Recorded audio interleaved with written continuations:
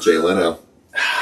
Didn't get it from him. I'm a laugh out loud. Ha ha ha. kind of guy. That's my. If you get a grin from me, it's like, all right, that's pretty good. Right, awesome. See, and I don't have jokes because I don't watch nighttime TV shows. That's funny. That's that's better than the. That is so funny. That is so good. That is funny. That is good. Like, yeah, really? I'm confused.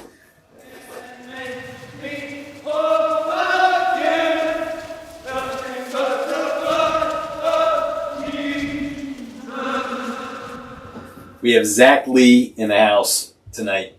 Huge privilege. Thank you for showing up. Thanks for inviting me. This is going to be fun. I hope so. How did you get started? How did you hear about the caveman? Funny story. I was interviewing for a job. My current role is my job. And the Caveman Combine 3 years ago become a caveman. was my job interview.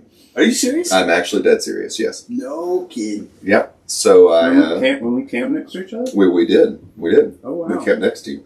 And then, so I was getting the job offer to be the security director at Calvary. Okay. For the school and Foundations Academy and Preschool. Okay. And they were like, hey, you should come out. We got a lot of the guys from the church going. I was like, I feel like there was like 15 that year. There was a lot from Calvary. A lot, guys. And a lot of the staff was there. Yeah. Pastor Frank, Pastor I feel like it was Frank's way of like thinning the herd. Yeah, let's just check him out a little bit. I don't know much about him. Let's check him out. So yeah, I kind of assumed that's kind of what it was. Going into it, I was like, I see what's going on here. And then officially, Pastor Taylor was like, yeah, that was your job interview. I was like, no big deal. It's fine. It's fine. I didn't win. Do I get the job? Sorry, guys. That's funny. Yeah, so that's kind of how I heard about it. Awesome. Yeah.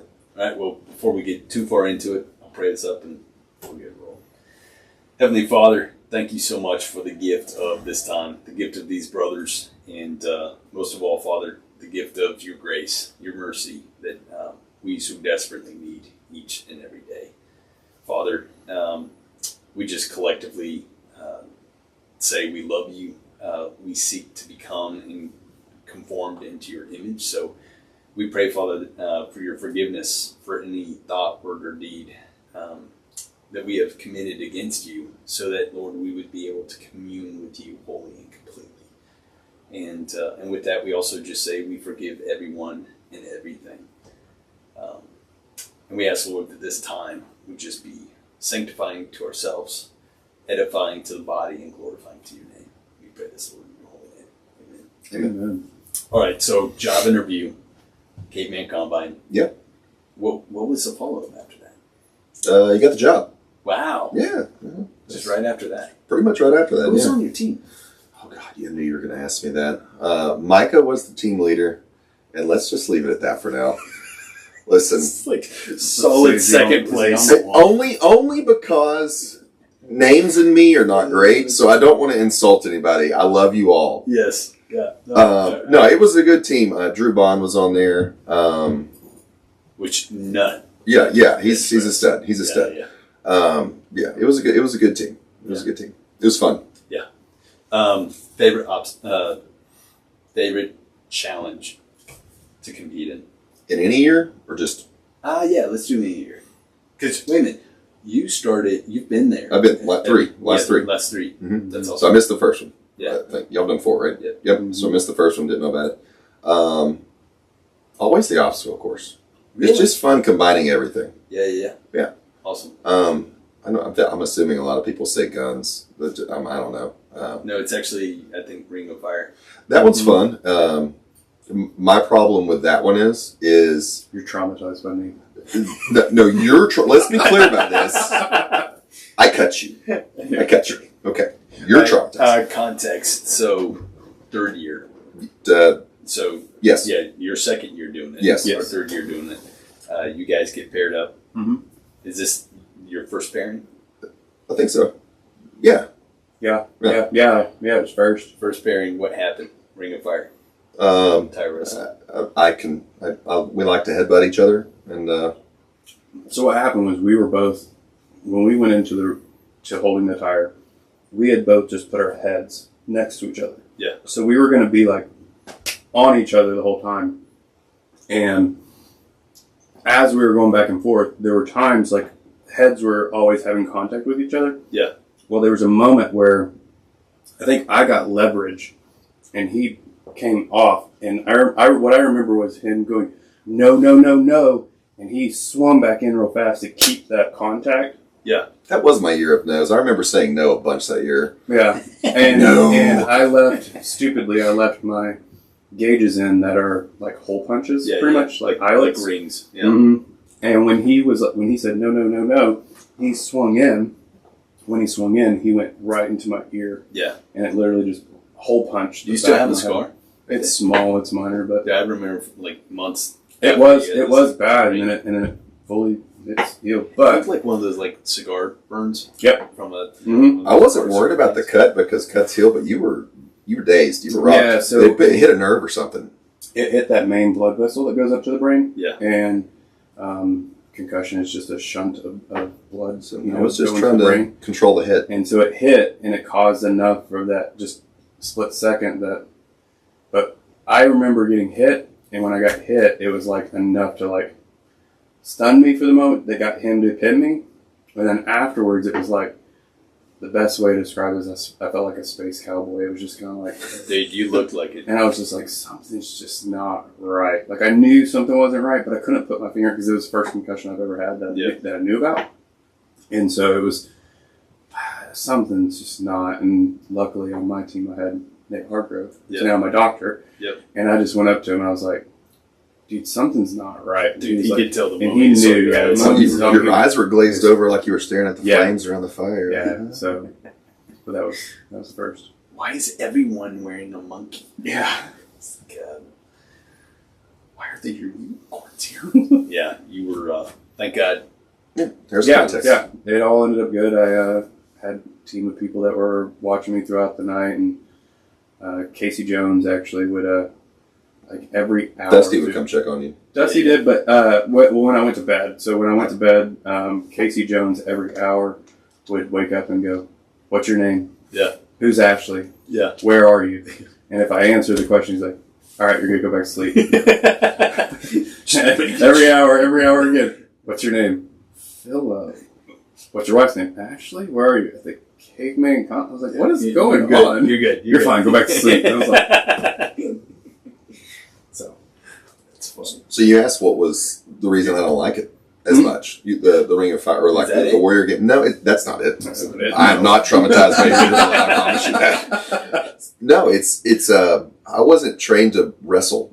I was trained differently. I was trained to just to go after your neck and break it.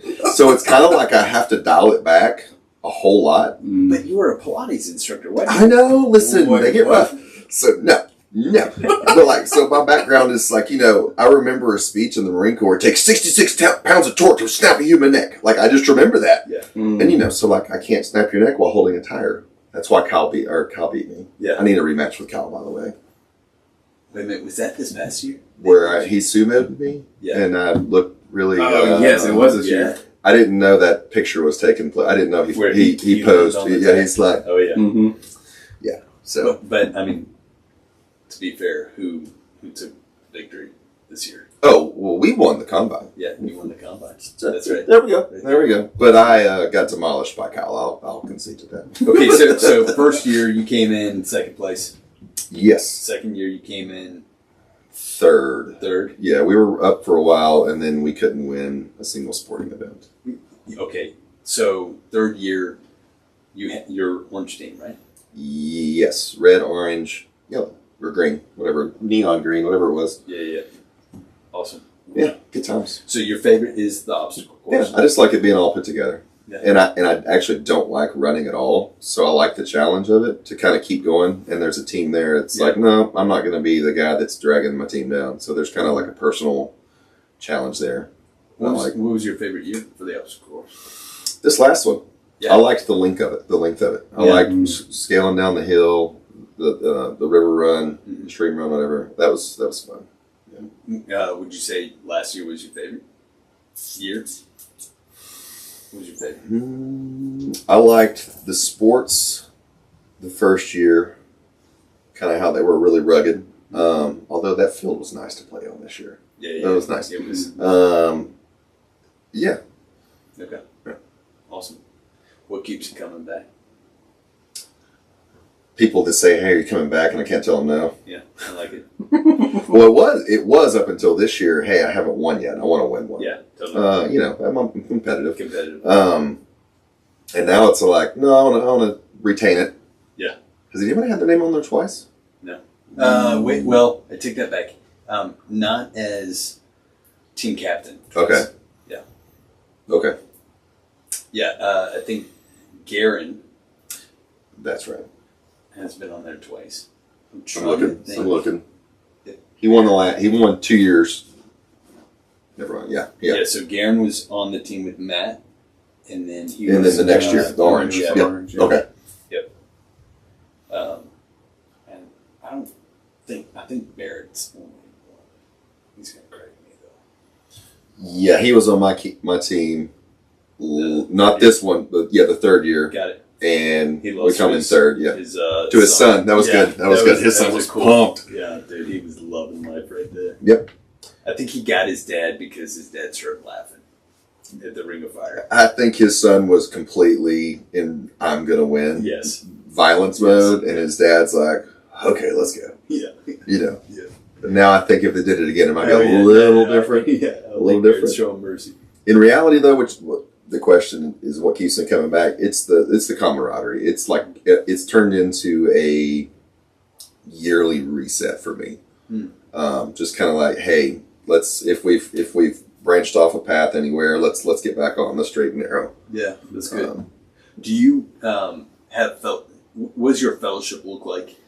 Obviously, it's a 1 year an event once a year. What does it look like outside, and do you find yourself engaged in fellowship with the guys? So prior to Cape Band Combine, 3 years ago, I would say zero. Like if I saw you, I had a take that back. When I was on the gang unit in the police department, I had a couple buddies that every now and then, I'm just not sociable. Yeah. I'm an introvert that pretends to be an extrovert. So people are like, oh, he's so, no, not really. Yeah. So that was kind of that. But then the Caveman Combine, it puts you with a group of guys that are like-minded or strive to be like-minded at least. And it's nice when you see somebody walking through the halls of church, or just going to a 6 o'clock at church on Saturday, or just out and about, or this even. Yeah. It's like, hey, it's true fellowship. It's different. Yeah. And I haven't had that since probably military days, I guess. Yeah. And those weren't healthy friendships. So. Yeah, but there is something about forced community that keeps you more sane than no community at all. Oh, for sure. Right. Okay, take me back. I'm going to go way back. Exactly 10-month-old. Let's see here. Short, fat, and chubby. Sure. Just kidding. All right. Where'd you grow up? So Chickamauga. Oh, you're local. Yeah, I'm local. Oh, I didn't know that. Yeah, so my parents had about 40 acres in Chickamauga. Kind of grew up on a little farm. They still here? They are. They're in Ringgold now, in a subdivision. My dad always said he would never live anywhere we couldn't pee off the back porch. Now he's surrounded by 5 houses. I'm fairly sure he still pees off the back porch.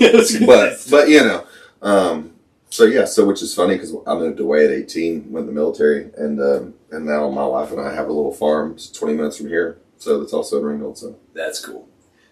Siblings? Siblings, I got 2. I'm the oldest. So I'm 40. Sister's 36. Brother's 10 years younger, so he's 30. Okay. You close to your family? It's a double-edged sword. We're a very close family. When we get together, there's no reasons we don't get together. It's just busy. Yeah. Life's busy. My brother's probably the hardest to get to come over. He lives the furthest away, Cleveland, which is really not that far away. Sure. But he's got a little one, Aubrey, too. Okay. So they're busy. I remember that phase of life. It's like, we're not going anywhere. Yeah. You will be in bed by 7. So we didn't go anywhere for years. So yeah, that's my siblings. They're good. Where'd you go to high school? Gordon Lee. Gordon. Mm-hmm.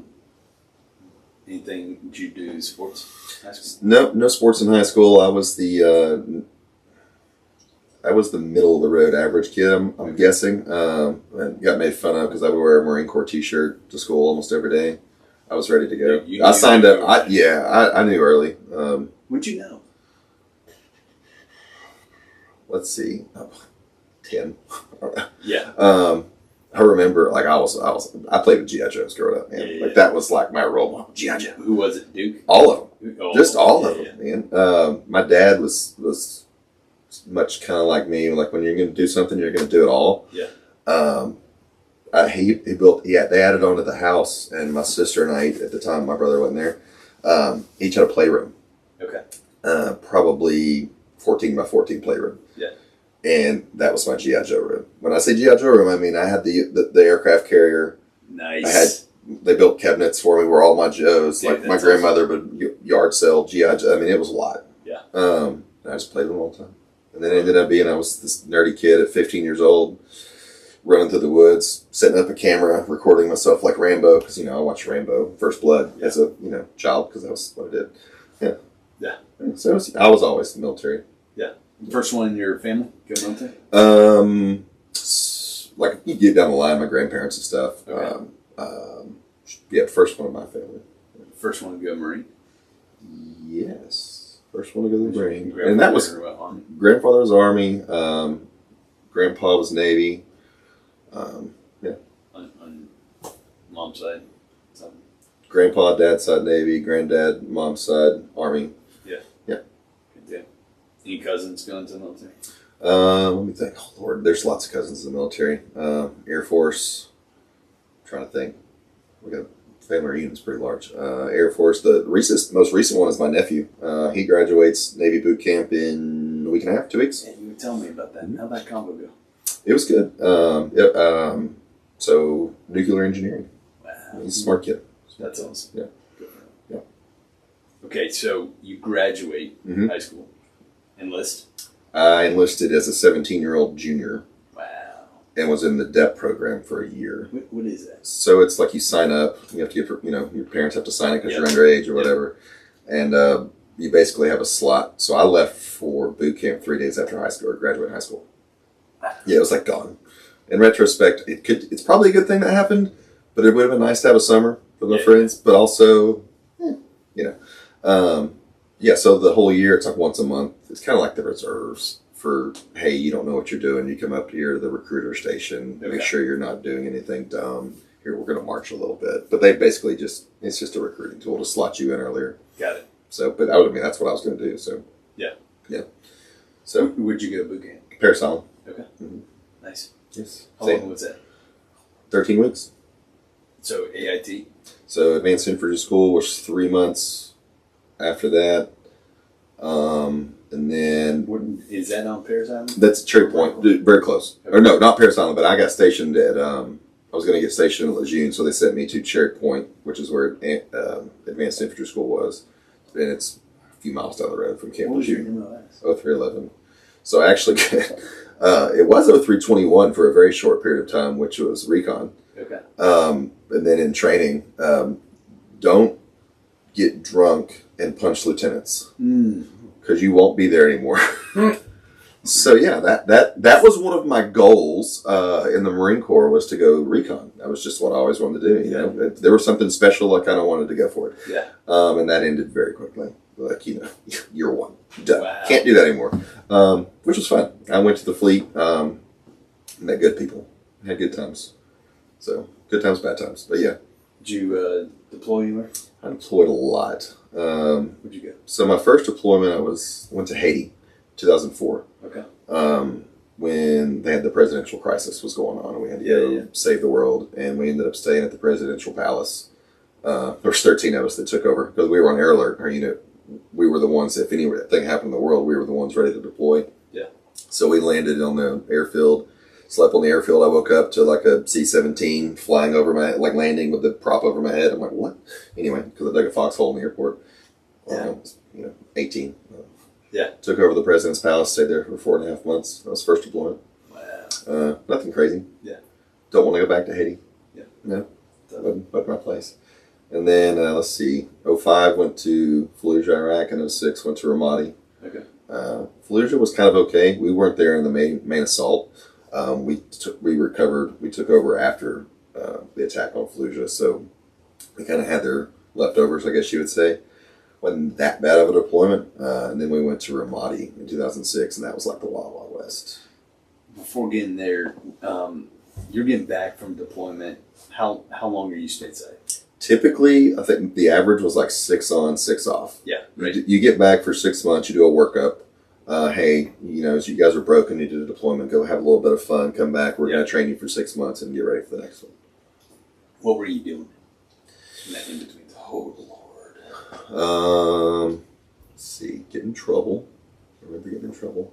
So I was underage. Let's see, I was 20 then.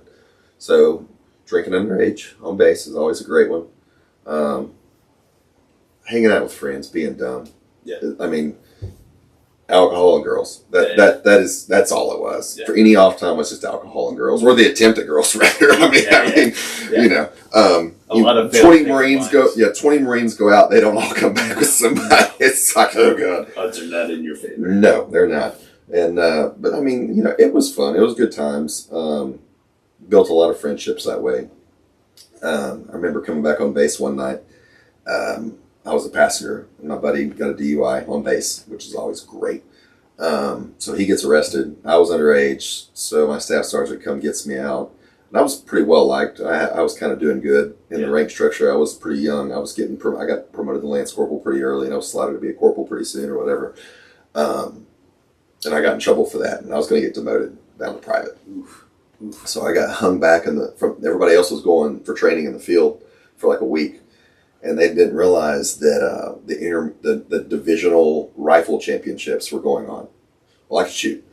So they're like, we need somebody to go. We need a team captain to go. And I was like, they're like, you're it. I need a volunteer. Like, you're it. Take 3 other dummies that are in trouble and go shoot. And we're like, okay, fine. Well, we ended up winning it for the whole 2nd Marine Division. Wow. So they put me on the cover of like Camp of the Legion Times, holding a little trophy. And I remember going in to get reprimanded for my underage drinking, which, is now looking back, everybody my battalion commander was like, I can't very well freaking punish and demote the dude that's on the cover of the Legion Times. Get out of my office. So I was like, hi, sir. So I could shoot, so I didn't get demoted. There we go. Yeah. That's all the times. But yeah. That's funny. Little Sergeant York. A little bit, yeah. Yeah. That's fun. Where'd you learn how to shoot? Backyard. Really? Yeah, backyard. I had a J.C. Higgins 22 bolt action rifle that was my granny's, I think, if I remember correctly. Nice. Yeah, like back in the day where you could go to Sears catalog and buy a gun. Yep. And my dad had it, and I still have it. And it had iron sights on it. Yeah. And I remember shooting it. I shoot it about 100 yards. Yep. And kind of moved up from there, 243, stuff like that. And I did have a Beretta 92 pistol as a 15-year-old. May or may not have bought it from a prior ATF agent. Yep. He's like, don't tell me about this. Sorry. Yep. I had an AR-15 as a 15-year-old. I mean, wow. I was responsible with it. Wait, that's what the 15 stands for. Exactly. You're allowed to have it at 15. Yes. And I would set automatic rifle. I would set up. I had a little camera, and I would, like, in my head, I was like Rambo or whatever, just playing, like 14, 15-year-old. I was very immature. No chance of dating. I had no girlfriends growing. Dude, this is like straight up America story. Yeah, 0 girlfriends in high school, whatever. And it would rain, and we had water about this deep. So I had an M1 Grand, too. My dad got me an M1 Grand. Wow. And I would sit there, and I would have the video out there, and go, in the water, and I was like, that's too cool. And then I'd overlap it, and I'd be running through it or whatever, and I'd die. And that video still exists, and my parents definitely make fun of it sometimes. Oh, we gotta bring that out. I'll see what we can do. I don't even know what the mini cassettes are called. I don't know what they are. Yeah, long time ago. Mini cassette. Like it's the little recorder. It's the little tape things that go in there. Pulled out and I used to have one of those. Yeah. Did you ever get a gear and thumb? A what? No. I forgot you showed me how to do it, but I remember it was good. That's cool. Yeah. Okay, go back to Fallujah. Okay. Or no, Fallujah was pretty easy. Ramadi was rough. Yeah. It was literally like the Wild Wild West out there. It was true. It was what you think of when you're like, I'm going to war, type deal stuff. And the beginning of the deployment, you're kind of headstrong or whatever, and by the end, you've lost 18 dudes that a couple of which were really close. And that's had an impact. That had an impact on me for a long time. Yeah. How'd you cope with that? Drinking a lot of it. I remember the two buddies that I lost was Joseph Thompson and Tyler Warndorf, and I named my son after Tyler. And there's to speak to him and how good of a dude he was. I don't know them specifically, but I stay in touch with his mom in Cincinnati. I know at least 17 kids have been named after him. Wow. Yeah, he was a good guy. Where's he from? Covington, Kentucky, right on the Cincinnati border. Kentucky, Ohio border. Did you know him before that deployment?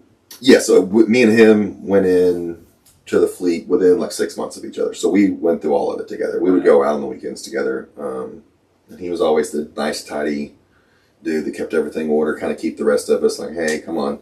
We looked up to him a whole lot. So that one was a rough one. Yeah. And there's more to it. That one took a toll on me for years, to be honest with you. When I say years, I mean a long time. Better part of a decade. Yeah. That I carried that weight, and I don't have any more. And what it was, I finally went and visited his grave and his parents, and it kind of like sealed that box for me. And I think it was the timing. I don't think if I would have went earlier, it would have been any better. I think that was the time that I needed. Oh, got it. Yeah. Especially. So, how old are you when this is happening? So, 22 when he died. Yeah. I was the last person with him. He got blown up by a vehicle-borne IED or whatever, and we found him and put him in a Humvee and tried to save him. There wasn't anything much to save, but I remember being there, and there was a lot of memories from that, and that just kind of took its toll on me. Just a lot. I mean, that started before that deployment, there would be like happy drinking, and then it turned into like sad drinking. And I remember calling his mom, and we just cry with each other, at midnight. I'd walk out of a bar with some friends, and I'd just go sit in my car and turn 3 Days Grace on, whatever it was at the time that I could. Music always makes me more emotional, when I drink or whatever. Yeah. We just kind of cry together. Yeah. So. Yeah. So, but things happen for a reason. Yeah. And that's probably the time. We can probably get into this later, but like that's when my faith didn't go away; it just really got subsided. So you grew up in church. Yep. Chattanooga Valley Nazarene was my church. What's it? Specific Nazarene. I don't know. I went to church. It's something about once saved, always saved. I didn't. Okay. I went to Sunday school, went to church, but honestly, I didn't submit. I didn't seek. Yeah, cultured. Got cultured in it, but I wasn't like actively like living as a Christian. I was one. I turned my life over to Jesus. I went to church camp. I remember I was in 6th grade. But I just didn't, I don't think I understood. Didn't understand. Yeah. Okay, so was that your last deployment? For the Marine Corps, yes. And then I ended up going back to Iraq 8 more times. With private contracting? Yeah. Okay. So I worked for Triple Canopy for 5 years. Okay. And it was basically like a 105-day on, 35-day off rotation. And what I turned it's not too bad. I enjoyed it. What I actually turned mine into, I went through a hoodlum phase. I got out of the Marine Corps in 2007 and kind of went on a rebellious phase. Okay. It's like, y'all been telling me what to do forever. No. Yeah. So I tried to go to a police academy in Jacksonville, Florida. I was going to be a beach cop down in Jacksonville Beach, and that didn't work out. It just wasn't settled right. Relationship at the time was off and on with a girl, and tried to salvage that. So I had to leave the academy there, but then that wasn't salvaged. So I was like, I'm just going to go back to the beach with my friends, because what happened is 2 of our corpsman buddies moved down. They were still in the Navy. Yeah. Ended up moving down to Jacksonville rather, NAS Naval Air Station. Yeah. So there was a few of us who were like, well, yeah, let's just go down there. Why not? Yeah. So I ended up on and off, spent 4 years down there. And most of it was when I was contracting. Okay. And what I would do is, it's the beach, right? So I would work fall and winter in Iraq, make a good amount of money, and literally come home and just blow it all in spring and summer at the beach. Be like, oh, you guys want to go out to drink? No, I don't have any money. I got you. Let's go. Wow. $2 beer night? Come on. Whole bar. Wow. That was just dumb. God, it was dumb. Yeah. It was dumb. So was that the game plan for about 5 years? So I didn't really have a game plan. It was basically just working. I enjoyed contracting a whole lot. Yeah. What'd you do? Because that's a pretty broad spectrum. So for anybody if you've ever seen 13 Hours, basically that without the label of CIA on it. We would escort foreign or American dignitaries around. Yep. Armored Suburbans or armored BMWs, transport them from port A to B, do an advanced recon on the situation, make sure they were safe, watch them while they were in the meeting. Literally have a lead vehicle, a limo, a follow vehicle, ran people off the road so they get in the way, all the good stuff. That is probably the best interpretation of what we did on a regular day basis, I guess. Yeah. Did you? Was there more or less conflict than? Way less. Yeah. So we were actually bringing the people we were watching would bring structure to the country. So there was a lot of money involved. Okay. So we would literally go down a route, not get blown up, and then 5 minutes later the army would come through, but got it. So they kind of left us alone. I was privy to a few conversations as a driver that I was like, what? You're giving what to whom? What money? Whatever. And some of it was as simple as they're building a school. Yeah. And some school teachers here, and then there was some of it that wasn't. Yeah. So, and then I ended up, my last tour there was in 2012, and I ended up being on the U.S. Ambassador's protection team. That was fun. Oh, wow. Yeah, that was fun. So, what made you get out? My wife. Your wife. My wife. All right. Gina. When did you meet her? And how did you meet her? 1 week prior to my last deployment as contracting. No kidding. Yes. So it's a funny story. I was actually buying underwear at Academy Sports. That's how to go to deployment. The story starts. I needed some new, Nike underwear or whatever. And I remember walking out. This is a good story to me anyway. This is where it's my love story. So her version of it. Correct. Yeah. Anyway, so it is her version. It's the version. So anyway, I'm parked. I have a Jeep at the time. It's kind of lifted up back when not many people had lifted Jeeps with black wheels on or whatever. And I'll get in my car. I'm done shopping, and I see this girl walk in. And I'm like, ooh. Yeah. All I saw was legs, hair, and like some attitude with it, Yeah. And I was like, man, I'm leaving. I'm deploying. I was supposed to leave in 2 days. This is like a Saturday. I'm supposed to leave on a Tuesday or something like that. And so I leave and I go to the mall. I was going to get a pair of Oakley sunglasses or something. And I remember I sat down. I was like, I got to go back. Yeah. I got to go back. So I went back in there and I basically stalked her back in. She's buying a sports bra. Nothing like hitting on a girl for the first time. Yeah. I'm like, hey, what's up? I normally don't do this, but I'm actually leaving the country soon for work. I sugarcoated it hardcore. But I was like wondering when I get back if I could take you out or whatever. And she's like, well, what do you do for work? I was like, I work for the government. I'm going to Dubai for work, which was true. Yeah. Iraq's not cool anymore. We've been in the war for a long time. Yeah. I was traveling through Dubai. Yeah. I mean, I was going to be there 2 days. Same thing. Same thing. And she's like, ooh. So anyway, she gives me her information, whatever, and then I ended up texting her, and I got postponed a week. Okay. My flight got delayed somehow. So we went on 5 dates in a week. No kidding. Yep. What was the first date? So ironic, we're back up because it's funny. The reason she looked so good that day is because she had just broken up with her boyfriend. That went from Target to Academy. She broke up with him at Target, went to Academy. So she looked all nice, breaking up with whoever. And I was actually dating somebody. So the first thing she does after breaking up with her boyfriend is like, I need a new sports bra. She wanted to go for a run. That girl would go to the gym, go rollerblading, and go for a run all the same day. She was a hairstylist back then. Wow. And so I was in a crazy relationship for about 3-4 years. That day was the end of it. For you? Yes. So I was in a crazy, crazy. It's too much to get into, but it's nuts. Probably broke up 50 times traveling to and from. She's crazy. It made me crazy. All the above. Just toxic. All of. But anyway, so I went and got my final belongings right after I met Gina. And I was like, this is the official, we're done. So y'all both ended. The same day, within like 2 hours. I got stabbed with a wine glass. When I say, I gotta hear that story. Listen, when I say crazy, I mean, I've had a gun. She pulled a gun on me and pulled the trigger not knowing if it was loaded or not. I knew it wasn't loaded. Like, just nuts. You know what? I forgive all. I have lots of regrets, but it led me to where I'm at now, so I'm okay with it. I wish everyone the best. Yes.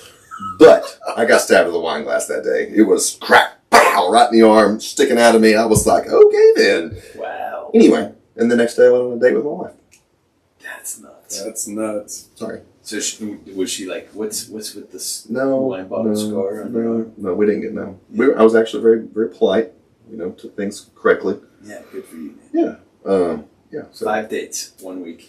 5 dates in a week, yeah. Was it all coffee shop? Well, I told them, let's see. Rain Thai Bistro was the first one. One of her friends stalked us.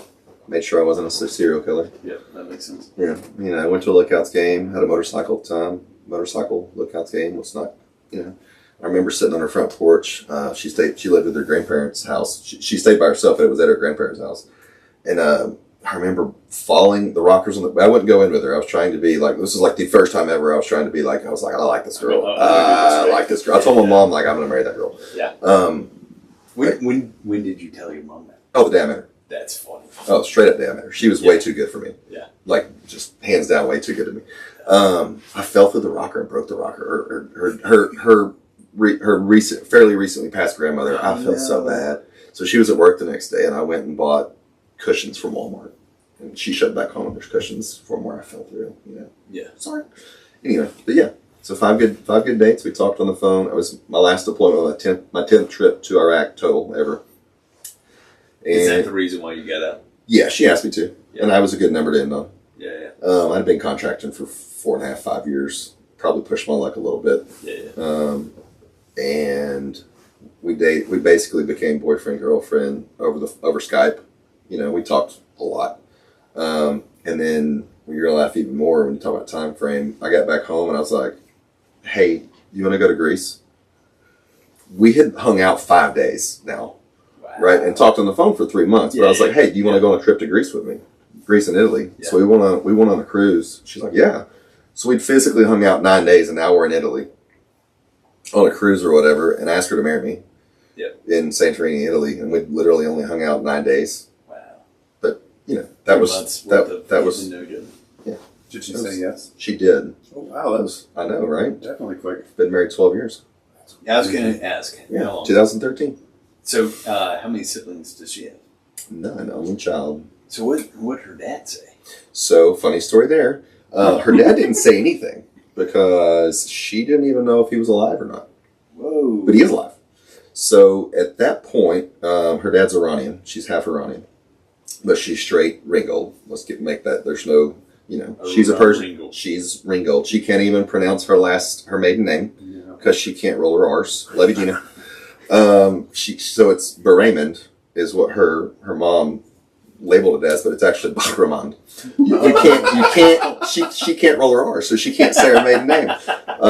And her dad is awesome, Mustafa. She went to Ringgold High School, right? Mm-hmm. Yeah, I remembered her. Mm-hmm. And so wait a minute. Where did you meet her at? What? The Academy. Academy Sports. Here in Dalton? Chattanooga. Okay. Yeah. So she was a hairstylist at the time. That's why. Okay. And so she hadn't heard from her dad since she was like 8. Because her parents got a divorce. He was a UTC engineer student. Okay. Got his degree. Couldn't get work back then because of the Iranian conflict. Just nobody liked Iranian. I mean, it was hard. So he worked at a gas station, but with an engineering degree. Wow. And then his mom got sick and went back to Iran and couldn't get back in the country. Had to take care of her. And in their culture, like your imam, you take care of your mom no matter what. Yeah. So he just never could come back or wouldn't or didn't. No. And then we had our son, Aiden, and I forget the exact how, but like they found each other on Facebook, which was like, oh my God. Yeah. And what's funny is like Gina looks like her dad, doesn't look anything like her mom. Yeah. So I'm like, oh man, that's you, it's your dad. So we actually that was 10 years ago that she found out he was alive. One, and we actually talk. They FaceTime almost every Sunday, despite any Iranian internet outage, forced internet outages, anything like that. Has she met with him physically? We were going to go to. We obviously can't get into Iran. We were going to. What's going on with that? Too soon. A year ago, a year and a half ago, we were going to go to Turkey, Istanbul. Yeah. And he can't fly because of heart issues. Okay. So he was going to take like a day-long train with his wife, Heshmat, and come meet us in Turkey and get to see his daughter that he hadn't seen. And, and he's awesome. Like he's a good man. We're praying for him right now a whole lot to find faith. Yeah. That someone would come introduce Jesus to him. Gina has. Yeah. And she prays about it all the time. Because he's not a practicing Muslim, but that's how he grew up or whatever. Sure, yeah. But he'll say things like, God be with you, but we'll send him things. I sent him the Stephen Armstrong thing I sent you. I sent it to him like, hey, you should listen to this. So that's kind of like on our prayer list is that they find Jesus. Yeah, that's awesome, man. Yeah, because it's hard for her. I'm sure that she hasn't seen her dad since she was 8. If the world ends, she's not going to see her dad. Yeah. In current situation, that's a huge prayer for her is that a missionary would find them over there and like just lead them to Christ. So it's a big one on her mind. Yeah. Yeah. So I guess her mom remarried. And let's see, Mickey, he's great, her stepdad. Her mom passed away last year, a little over a year ago, like a year and a couple weeks, actually. It was tough on her. Their relationship wasn't great. She had a lot of ailments. And she was addicted to pills and stuff from a surgery and like 30 years worth of stuff. And Gina had a lot of going on. That her mom loved her, but there was just a lot, like probably its own podcast, unpacking. Yeah, sure. But they reconnected at the end, and Gina prayed with her, and like she's in heaven, so she's healed. And there's probably get into it. It's what I sent you about my wife, like dealing with all of that. And Gina has conversations with God. I'm jealous. She had like conversations. Yeah. Like she's like, God, tell me what to do. Okay, here, just what you do. And the day that Sheila, Gina's mom, died, he's like, she's oppressed. She's been oppressed. Your prayers aren't working. You need to fast and pray. Because this specific type of thing, you need fasting with prayer. And she'd been reading the Bible where it was in there. And so she did it. And she that was I think the first time she started fasting, if I remember correctly. And she prayed with her that morning, and that the blood of Jesus would heal her. And Gina put her hands on her and prayed. And normally Sheila would be like, "Oh, Gina, stop," whatever. But she was like, "Thank you." Thank you. And then she was fine. She had her leg amputated because of diabetes and stuff like that. So she was in the hospital with pneumonia. And they hey, I'll see you later. I'll bring you a pack of gum later. And later that afternoon, Gina gets a call from the hospital. Hey, your mom's died. And positives and negative things is Gina's on the way to the hospital. And she's like, God, Jesus spoke to me and said, I have received your mom. Straight up. And she pulled over, and then a minute later the doctor said, hey, she's gone. Wow. Yeah.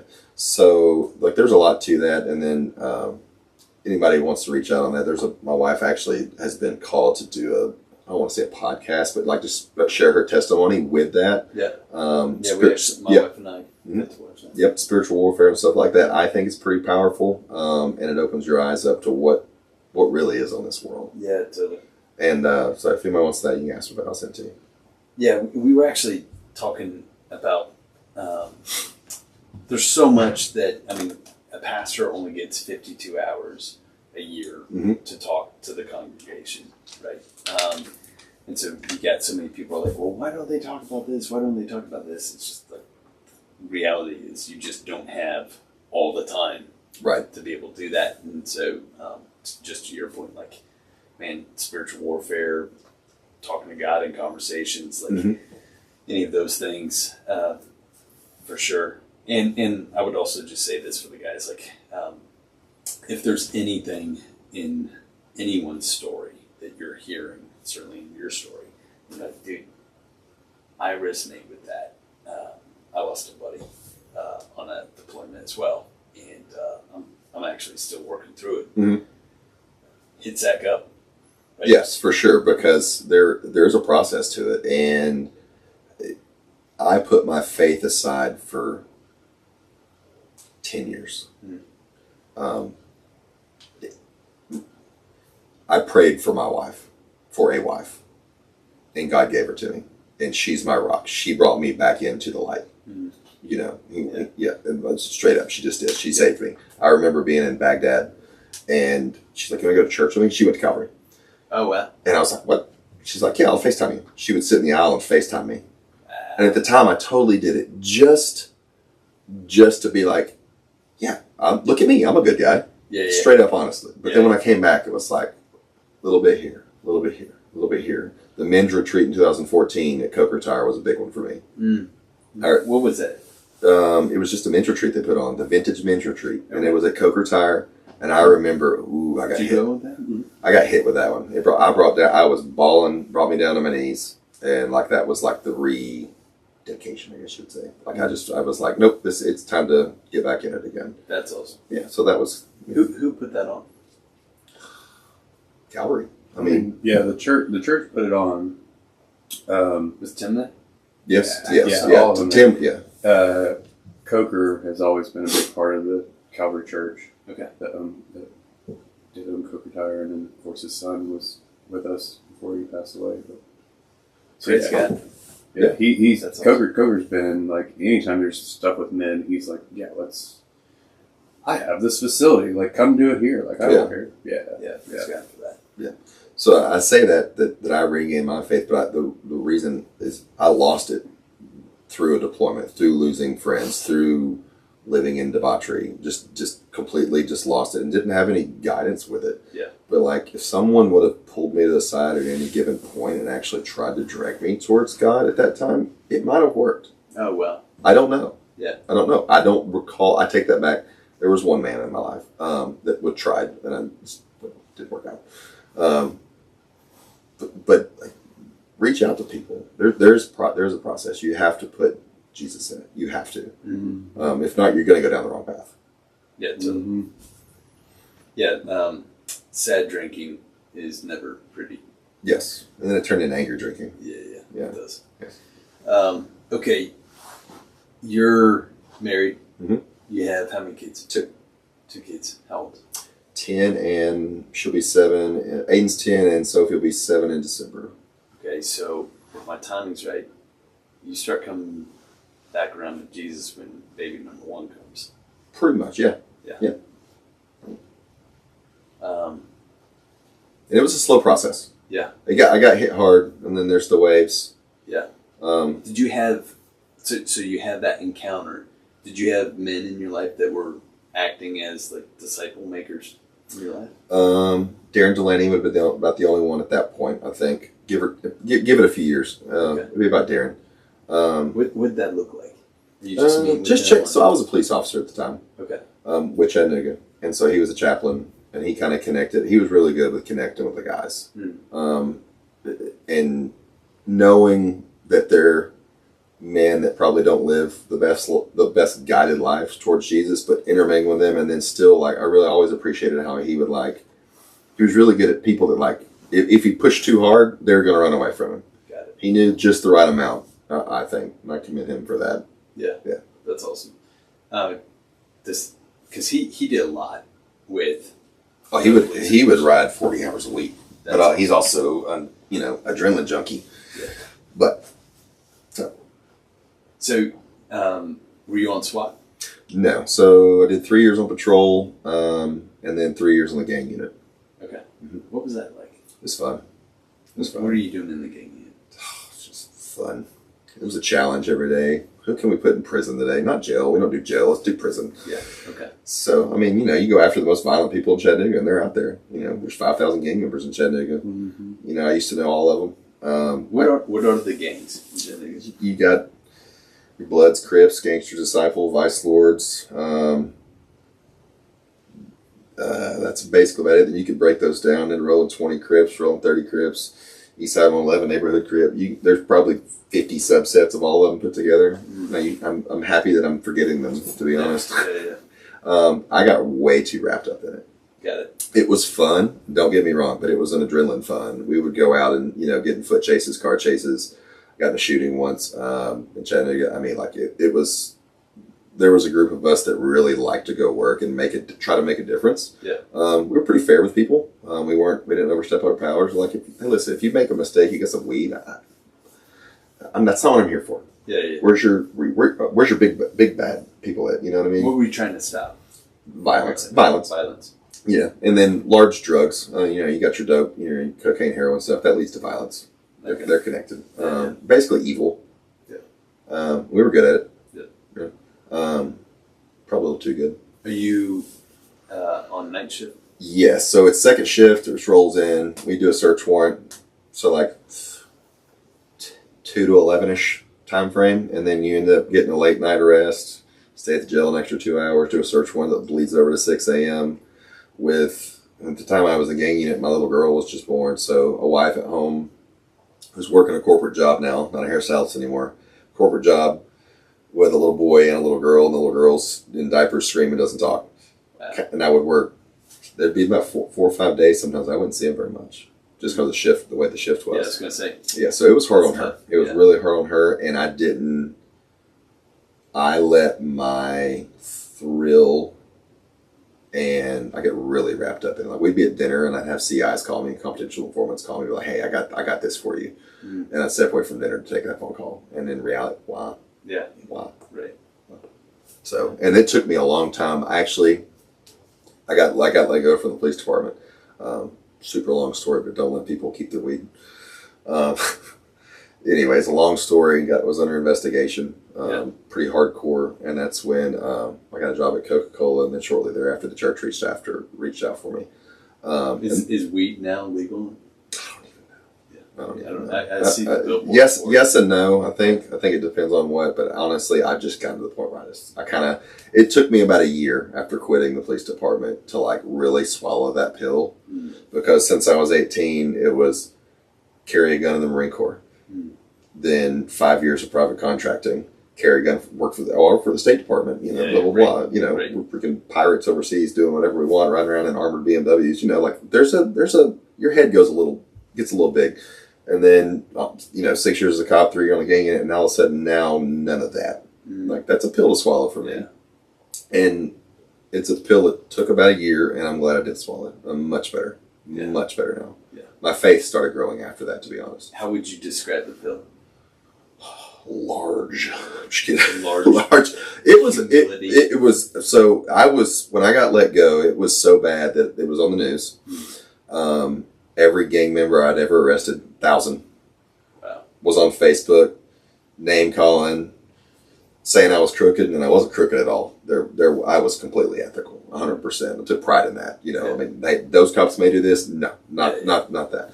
So I took pride in my work, but then having it blasted all over, because I had fake Facebook accounts, so you'd see all of them post, and they'd repost. Me and my partner quit at the same time.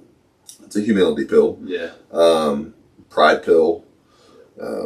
So it took a while. I'd go back out to the mall and see somebody. I had to quit. I was at Gold's Gym at the time working out. I had to quit working out there. Oh, wow. Yeah, a couple of them would come up to me when I was working out. Pardon my French, bitch ass ex-police, blah, blah, blah, blah, blah, and I'm like, had a gun flashed on me in the parking lot. I didn't put people in jail. We put people in prison. When you send somebody's brother to jail for 10 years, that they don't like you. Yeah. So, like, we ended up, when my children were little, we'd go to the mall, shopping for whatever. I'd be pushing my little girl in a stroller, and I'd see somebody, they'd flash a gun at me. Little 18-year-old. I'm like, dude, today ain't the day. I got my kids, you know what I mean? Yeah. So, like, quit going to the mall. And then it's been such a long time now that it's just nothing. Yeah. I've actually, what's funny is I've seen a couple of them that I've arrested throughout recent times, and like, praise God, they're doing great. A couple of them, not many, not many. Most of them, a lot of them are dead. You know, street violence. I mean, it is a thing, but like a couple of them, I'm like, dude, man, you wearing a suit? Yeah. What? Where's your flag at? Yeah. You got a gun on you? No, Lee, I'm good. And it's good to see positivity in people. You know what I mean? Totally. And that's I remember small steps. Then I actually started sharing the gospel a little bit as a cop. It was kind of like we'll dive into it just a little bit. Yeah. So not much, but a little bit. So you mentioned Darren. Mm-hmm. Did anyone else? Any other kind of older? They probably would have, but I was shut off. Okay. I was shut off, especially during that time of not having a career. Yeah. I was pretty secluded. I would definitely say there would be some if I would have opened up. Okay. The church, there's always people there, but I wouldn't take that step. Okay. I'd be like, hey, you know, whatever. So, what's your relationship like with Calvary? You just showing up on Sunday, Lou? At that time, it's we're going to go to church once a week. Yeah. And then Wife didn't have a small group. We didn't have small groups. Kids, you know. Yeah. Young kids. Yeah. My little boy's an angel. My little girl's an angel. An angel. She looks like something. Yeah. So like we originally wanted 3 and we don't because Sophie was awesome. Yes. As a child. Catching every bit of the circle. Yes. Okay. I remember year 3. Mm-hmm. Guys are going down for the night, and you and I can't sleep. Mm-hmm. We're sitting out. This is a perfect time. What time is it?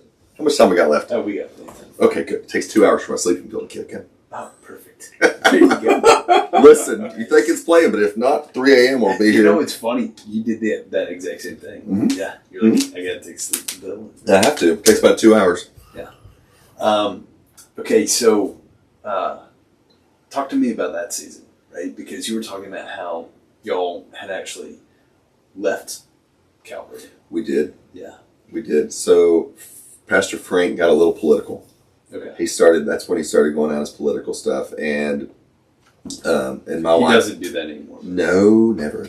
What had happened was Gina, in her role, and I'm going to leave the company's name out of it, but a very prominent company in Chattanooga, and she's an officer and she's pretty high up. She was working her way up pretty good. Yeah.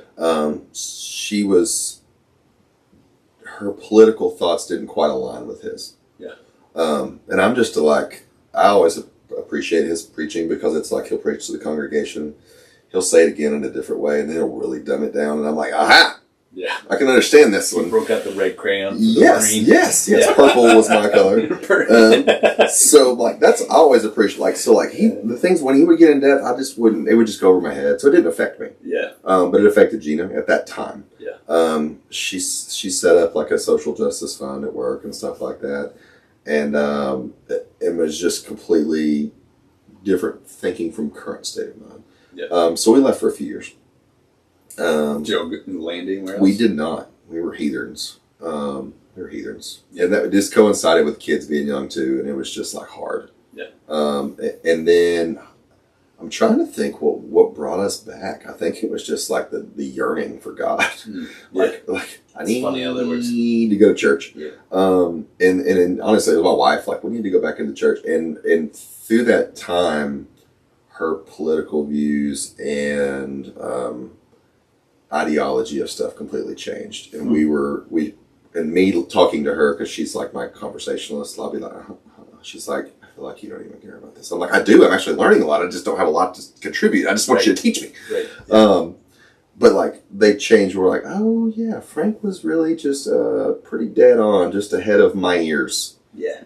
So is this like 2020 when COVID's happening? Yes. I'm imagining just because that's and that's another reason why it's COVID is why everything shut down. You know, Frank did not, Pastor Calvary did not. Yep. But it's like she went off the deep end, like get out of my house with shoes, Clorox wipes everywhere, so that was kind of a contributing factor to not going everywhere too. Was she always like that? Like when you she's very organized. Like you could come over to her house not any day of the week, and there might be one thing out of the place that my kids are playing with. Like it's wow. Like was there something? I'm just curious. Does she do that on the side? No. You were filling a position. I know.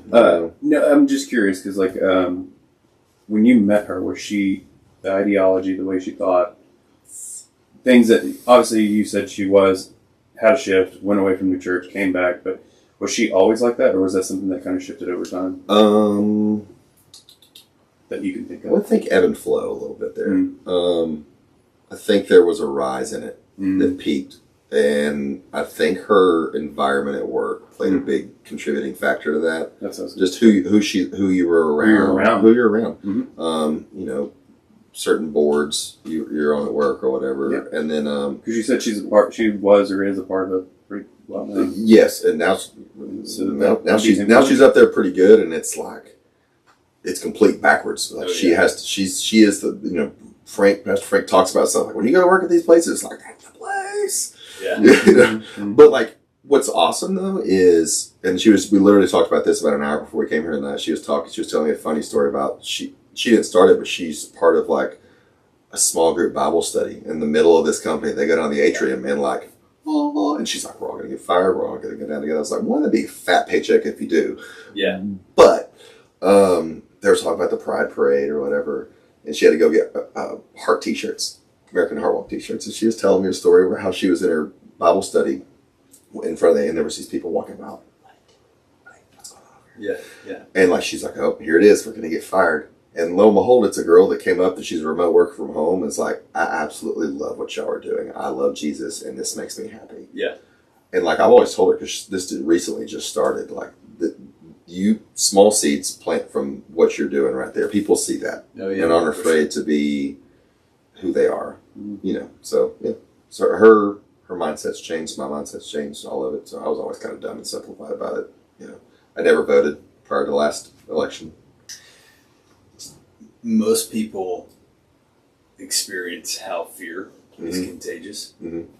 They don't realize how contagious, and I would argue how much more contagious courage is. Agreed. Courage is absolutely contagious, which is why it's got to be snuffed out. Which is the current environment with Charlie Kirk. That's what's going on, right? This is why Paul, in whether it's Philippians or Colossians, and he's in jail, and he's like, everyone is more bold to proclaim the gospel because I'm in chains. Right. So if you're being persecuted, I just got done listening to Josh Hawthorne. He's a pastor, and he talked about how it sounds like during the COVID season, he just got hammered on the internet. And just everyone was just dogging him, and he got canceled pretty much. Yeah. And he got home, and his wife had lined up all the kids at the garage door, and as the door opened up, they all said, "Welcome home, Dad." And they let him into the house, and all the lights were off, but there was like 100 candles everywhere. And she said, in the Beatitudes, Jesus says, "Blessed are the persecuted," right? And she said, "So tonight we feast." And he said, "Dude, you could run through a brick wall." Yeah. After that, he goes, "I came driving home feeling utterly defeated." Yeah. And then when my wife did that for me. And so it's just an incredible testament of just like, man, when you show courage and you do the right thing, and it's contagious. Yes. Yeah, for sure. That's awesome. So y'all have been at Calvary for... She started before we met, I think maybe 2010-ish. I'm not sure. I started from Baghdad in 2012. Wow. Nice. I was in my underwear and threw a collared shirt on and sat on my bed and watched Pastor Frank preach, you know what I mean? And I was sitting there imagining, like, what are these people behind her, like, thinking or whatever, you know?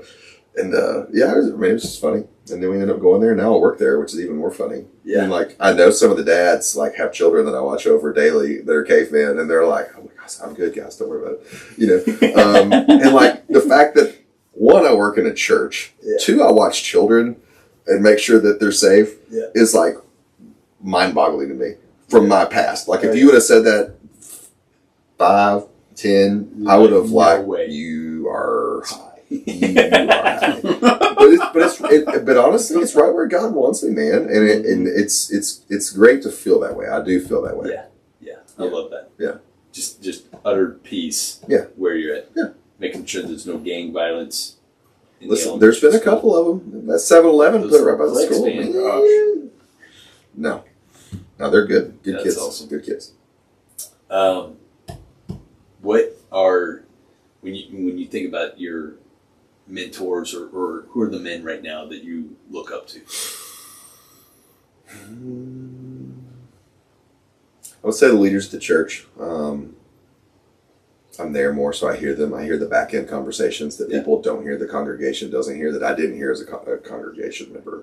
And I'm like, I was like, what are people like? Because, pastor, it's a big enough church where you don't get to know your pastor too well or whatever. You might know a couple of them here and there, and it's who you click with or whatever. But like, I hear the back end conversations, and they're genuine, and that's reassuring. Can you give like a specific? Like, okay, here's a specific, and this is from a wife. This is from Pastor Frank's wife. Taya Kyle, Chris Kyle's wife, came to Calvary. And I was tasked with making sure she was safe. Part of her contract, where she travels, she has to have somebody watching out for her. Essentially kind of what I used to do, right? Yeah. So, Darren asked me to do it, and I got to watch over her for a weekend, transport to and from hotel, make sure she was safe to and from, whatever, and all the good stuff, and backstage with her, whatever.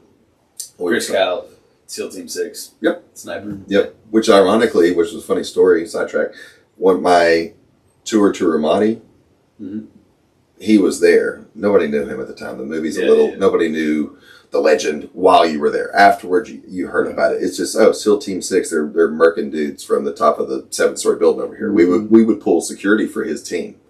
And I didn't even know at the time it was him whatsoever, but it's a pretty cool dialect. And I was like, talk to her about it. She's a pretty interesting person. She's been through a lot. But anyway, we were talking backstage, and Pastor Frank's wife was back there, and just talking about spirituality and connection with God. And it is so wholesome. It's not just like stage talk. It's not just, let me just fill this time with this conversation. It is purposeful. It is driven. And if a man's wife can talk that way, like there's no way that can't be both of them, because you hear him talk from the pulpit, and then like on the back end, you've got her in the back room, and I talked to her specifically, and at the time it was, my wife has conversations with God, talking about Gina or whatever, and I was like, I haven't heard from God, and I prayed about it, but I haven't heard from God, and she broke it down. She's like, and she dove in, and she's like, you need to seek him. You need to look for him, be purposeful. And like, she just dived in. She's like, you got to go out and like connect and pray and like ask him to talk to you. And just the way she was talking would be a great example. You asked for an example like that. That's the best one that comes to mind. Yeah, it's just genuine wholesomeness. Yeah. A good Christ woman. And then she reminds me a lot of my wife, actually. Because Gina, it was on me about that too. Which she should be. So I'm glad God put her there for a reason. Yeah. I'm stubborn, prideful, and bullheaded, and she calls me out on it. I love it. And to tie it into something else, it's like, Gina one day, it's Easter. She goes, hey, God told me to tell you you're fasting today. Well, I don't fast. I was like, what? I'm like, well, one, I can't argue. Even if I don't want to now, it's like, what am I supposed to do? No. So it's Easter, and I've got a lot of physical labor. Me and my goats have been chopping down wood, and I had a wood pile probably almost 2 stories. How many goats you got? 7 now. You have 7 goats. Yeah, and we would go through. I cleared off 4 acres with them, so all the remnants from 4 acres of wood. Oh, that's cool. Yeah, it's cool. It's a lot easier to pay somebody with a forestry mulcher, but that makes sense. This good. Me and the goats bonded. Yeah. So I rented a wood chipper. Okay. And I was going to turn all the mulch, and I'm, doing farm life. We use everything, so the mulch was going to go in the new chicken coop we were building. Blah blah blah. So I had to. Looks awesome. By the way, it's Taj Mahal. It is good. Thank you. My dad is the architect and builder, and I am the where do you want me to hold guy. If you haven't seen it, check out Zach's Facebook. He's got pictures. It's a good chicken coop. Yeah. Yes. We're up to about 15 eggs a day now, by the way. Nice. Yes, good. How many Good. chickens? 26. Okay. Yeah. Anyway, so fasting, supposed to fast. Yeah. And then it was hot and lots of sweat and no food, don't mix. Yep. I remember just like breaking down. And my wife is very intentional with her words. Hey, pray. I haven't heard, have you heard from God yet today? Yeah. That's what she asked me. I was like, no. She goes, well, have you asked him? Yeah. And I was like, well, yes, I did, as a matter of fact. We've got a little clearing in our property. It's just heavenly. It really is. Gina goes out there. She'll call me sometimes from work, and she'll be out there on FaceTime and out there with her Bible in the clearing, just kind of connecting or whatever. Yeah. Every now and then, every now and then, we'll go out there and watch church from home out there, that's cool. just kind of connect out there. But then I went out there and prayed, and then it was so funny. We were sitting there at night, and I was like, hey, God, I think the reason I'm supposed to fast is so you and I can connect better. And she goes, God's awesome. He told me that 2 hours ago. I mean, that's the truth. And so that was like the first time. And then since then, little things here and there. Yeah. Have just been, I'm like, that's God. Yeah. That's God. That's God. And it only happens, so, like for guidance for anybody listening, it only happens when you seek Him. You have to, I remember when I was like a cop, I was on third shift and I'd come home and they would go to work, kids at daycare, and I had a goal. I was like, I want to read the Bible. Never read the Bible all the way through. I want to read the Bible. So I would, at 7 a.m. in the morning, because it takes a while to go to sleep for me, I would read the Bible. And I remember just reading it to read it. And it didn't click. Yeah. Reading me just don't click. But then the last couple years, the last year specifically, like reading with a purpose. And before it's like, Holy Spirit, let me hear what you want me to hear. And it works. Yeah. It works. Yeah. It's more intentional. Yeah. That's, there's a big difference between me asking you a question, but then just keep talking. Yeah. And then I just move on. Mm-hmm. And you're like, I'm patient, but you didn't stick around to. Yes. Right. Right. And a buddy of mine, actually, he was asking about fasting, and I told him, I said, and I thought about this, I was like, man, Gen Z is going to have no idea what I'm talking about. But like, when you turn on the radio, and you haven't quite tuned into the station, it's just static, right? Fasting tunes you gets rid of the static. Right? Valid. I get it. And because there is so much of your body that can be satisfied with a good meal, or being, if you're thirsty, just, a good drink or whatever. And when your body stops whining, right? Because fasting, the first few days that you're doing it, your body's not even in ketosis. Days. Right? Like, your body's not even in ketosis yet, and so all it's doing is just whining the entire time. And then it finally slows down, and you can actually pause and hear. And when you're praying, it is absolutely much more of a conversation. Yeah. I'm gonna have to go for the days. I did it. I've done a couple of days, and you just done doing what, a week? A week, yeah. Dude. Yeah, I did that with 7 other cavemen. Yeah, good studs. And I would say if you're gonna try something as bold as a week, which funny enough we looked at, and more people are Navy SEALs than have fasted for a week. Sounds about right. More people are Nobel Peace Prize winners than, there's like this whole litmus test. I know Pastor Tyler has done it a couple of times. He said, yeah, they would do water and minerals, and that's about it. Yeah, that's it. Yeah. But doing it with a community of other, it helps. I would assume. Huge. Holding you accountable. Do you cheat? Well, you're constantly because you're eating all the time. You're just eating the word. You're just reading scripture or listening to it, and so you're constantly sending each other scriptures via text, and so you're constantly getting fed, and so consequently you're consuming more scripture than you ever have before. Right. So it's just your receptors are more. It was just it was an incredible experience. I'm still processing the fast that we just went through. It was like last week, right? You ended last week. 2 weeks ago.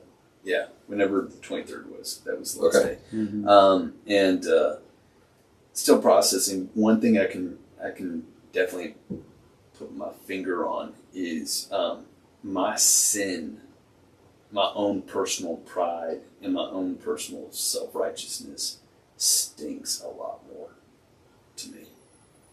Like, I detest my sin more after this fast. Makes sense. Yeah. And that means that consequently I am asking God for forgiveness a lot more.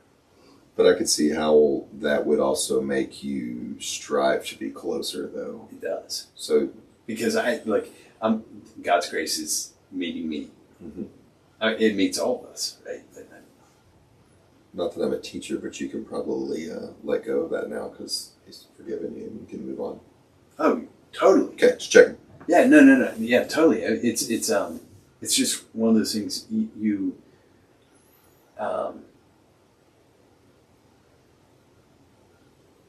trying to think of a good example.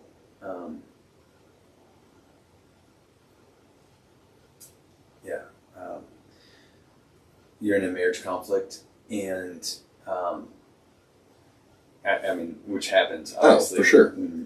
And certainly when you're not eating because you're more Mm-hmm. easily angered Mm-hmm. because you're not being satisfied, and so having to apologize for a comment or comments I made, and then realizing I made those comments because I was actually defending myself. And as defending myself, I'm a self-idolater because Jesus is my defender. And I just took that role from him and I said, I don't think you can do a good enough job, so I'm going to do it. So I'm going to make this comment so that she won't treat me this way again. So I am going to manipulate the scenario with this comment by being a self-protector, by being a self-defender. I'm going to justify it. So all of this is happening in my head split-secondly, and then I make the comment. I can apologize for the comment, but the reality is that there was a litany of thought processes that justified me making that comment, and now I have to repent for all of those things because I've become an utter self-idolater in that moment. And the reason why I treated my wife so horribly, and you're like, dude, it's just a comment, like, move on. And it's like, yeah, that's the thing, and that's where I was before the fast. But now in it, I'm realizing, oh, Jesus, He forgave me even when I was ignorant of the sin that I was committing. Mm-hmm. Now I'm aware of the sin that I've been committing. And now my sin that I've been asking for forgiveness is actually it stinks a lot more than I thought Correct. it did. Right? And so it makes me realize what he died for was a hell of a lot more than what I was giving him credit for. And that means that his grace is that much greater. And it makes you fall in love with him even more. Yeah. Right. And so that's, I don't know, like, maybe people are entering into a fast and they think, oh, I'm going to become a more holy person because I'm entering into a fast. I'm like, actually, no, you're going to probably see a more holy God, and you're going to see yourself as a more depraved person. Yeah. And that's going to make you worship him all the more. But you're not going to feel more holy. You're just going to enjoy his grace more. You'll seek more. Yeah. Yeah. Yeah. All right. A little bit of rabbit trail there. Yep. Want to circle back. God's taken you on a pretty wild ride. Mm-hmm. You're at a season in life. You're at the church right now. You're surrounded by good, godly community, mm-hmm. just kind of forcing you to, right? Yes, and I needed it. Yes. How would you encourage guys like you that have similar personality that are right now living in isolation? I think much like the caveman combine, we live in caves. Mm-hmm. We put ourselves in caves. Honestly, I enjoy a cave. Like I still do. They're comfortable. They're comfortable. Yeah. I don't have to have conversations with very many people. But I think you have to find fellowships, regardless of how small it is. You have to find it, and the brotherhood. There's something about it that connects you and holds you accountable and strives you to do better. And I'm trying to put words on it. You have to force yourself to do it. Yeah. Like me, I was forced for me. It was my job. And I think that's just God putting me where I need to be. Yeah. And if thinking back, there's probably a few other times that He opened the door for me, but I didn't walk in. So my advice would be, if you see a door, walk in it. Yeah. God sometimes closes doors behind you. He slammed one with the police department in my face, and hey, you're moving this way, not that way. Yeah. Right. And some doors closed slowly. That one got slammed, and it's where I needed to be. I was pretty hardened, not in a good way. I was shut off, feelings, emotionally, stuff like that. So like, I need to be where I'm at, and I'm there because God wants me there. But that might not be the case for everybody. You might not get put in a position where your daily work is or surrounded by godly people. Yeah. And if that's you, I would say seek it. I don't know what it is. Our pride, something prohibits us sometimes as a man. We get set in our ways and we don't take those steps. And where I'm at currently in life, and this is a dig at me, and I know where I'm at fault is, and my wife's asking me to do it, is to be the man in the relationship, be the leader. Yeah. And it's hard because she's so godly. It's so hard. It's like, I'll never catch up. But I'm trying. It's just at the pace that I'm going at it, whatever God reveals to me, But to take that leadership role in your family, if you don't have a spouse that's kicking it for you, you got to be that person. Yeah. So I'm there. I'm there myself. Dude, that's great advice, man. Yeah, that's awesome. Wrapping up, when you think about the younger guys in the community, what advice would you have for them? Example that I see that's awesome is the guys at Calvary, the young guys at Calvary. There's, I want to say, 5 or 6 that are either married or getting married all at the age of 18 or 19. Yeah.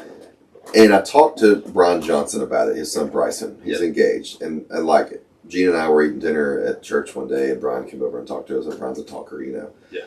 And we broke it down, and Brian broke it down Barney style, like, Bryson has saved himself from marriage, blah, blah, and doing almost, and like we dove into like that conversation or whatever. Because I just had to give my son the birds and the bees talk at 10 because he started talking about girls and and stuff like that. So I gave him, part 1 of the birds and the bees. Yeah. But I was talking to Brian about that, and Brian's like, no, we just asked him, hey, you still pure? Like, what? And he's like, and he's like, yeah, Dad, I'm doing great. But then like that, and then I learned that it's like multiple guys like that. I had 0 thoughts about that at 18. Like if there was an opportunity, I would have taken it. But I went in the Marine Corps and like I was a nerd and whatever. But like my point is, my mind was not that at all. Yeah. Like 0 to be the right person. So the way the church is guiding these young men to live a godly life is amazing. If you look at how many kids show up to 5, 6, 7, I see them on camera, I make sure there's nothing crazy going on. I'm like, these kids are in there freaking raising their hand and like worshiping. Like, I didn't do that. Yeah. I'm jealous. I wish I could go back. Yeah. And then you've got your young adults and stuff like that. And there's a multitude of young men at church that are doing it right because they've been guided correctly. I think they're doing a phenomenal job over there. And like I said, my yes for what advice or what would you ask me? I forgot. Yeah, your guidance. Yeah. Don't wait to pursue God. You don't have to wait. Do it early as you possibly can, because I promise you, if you don't, I have lots of regrets. But I sum it all up to, I met my wife. I'm a firm believer in God, and I'm where I'm supposed to be. Yeah. But like, there's lots of mistakes along the way that don't have to happen. Yeah. You don't have to have all that stuff. And short and sweet of it, he's coming back. He's coming back, man. He is. I love that, man. Zach, this has been a pleasure. This has been good. Thank you. I hope we do 2 hours, 1.5 hours. Yeah, we did, man. Oh, man. Yeah. I didn't think I had 2 hours worth of You like did, man. life with me. We're good. Sure did. That's awesome. So definitely gonna have to check out Gina's podcast. Yeah, it's powerful. It's powerful. She's it dives into she's been cursed. She's broken the curse, like straight up cursed. Yeah. Power of Jesus broke that curse. Had angels walk with her. Visited by angels in our backyard, in our little cove, straight up. Brought her to her knees. She hadn't got over that one yet. That one's coming soon on there. Removed her mom was oppressed by demons. I mean, not possessed because she was a believer, but oppressed for sure. And you know, like, there's a lot there. So she's been called by God to share that, and it's pretty powerful stuff. So yeah. It's on there. I was going to say, we started this whole conversation. You were saying how their prayer is for a missionary to go to Iran. Mm-hmm. I think you're seeing it being built. Oh yeah, totally. Yeah, maybe. Yeah, for sure. Because I mean, like, God connects things. We've come to the conclusion there are no coincidences, and there's been so many little things. It's like, nope, that's God. Nope, that's God. Nope, that's God. Yeah. Once those scales are off your eyes and you can see that. Yes. And I'm just regurgitating stuff my wife says, Mm-hmm. but it's the truth. And like she opens my eyes through, like, it's all connected, and it's amazing to see when she has little stories or something like that. I'm like, well, prime example is she has been called to share her podcast, not for clicks, views, just because she feels that it might be one person. Yeah, sure. Doesn't matter. There's not cameras set up. It's just her and a phone. Yeah. In the backyard on the Ranger, I think is what it was. And it got looked at a lot of people. And then when she did that, something clicked in me. I was like, I got to share this with a few people. I don't share things. Like, I don't send Bible verses to people. I wish I should. I probably should. But like this, I felt called to do that. Like, spiritually. I was like, I got to send this to a few people. And it's gone to a couple different people that have used it in positive ways, I think. And that's just from a couple of weeks. So, I don't know. We said this, I think, off camera, but it's just so true. And anyone listening, and it's so true, obviously, with your story. But Revelations 12, it says that we overcame the accuser of the brethren, which is Satan, by the blood of the Lamb and the word of our testimony. And when you share your story, it's your story that God's writing, and no one can refute it. Yeah. Right? And so, be bold, be courageous, share your story. Love it. Yeah. Awesome. Thank you guys for joining us on Mr. Zach Lee's, and we will catch you guys on the next one. Awesome. Why? Thank you. Thank you, good sir.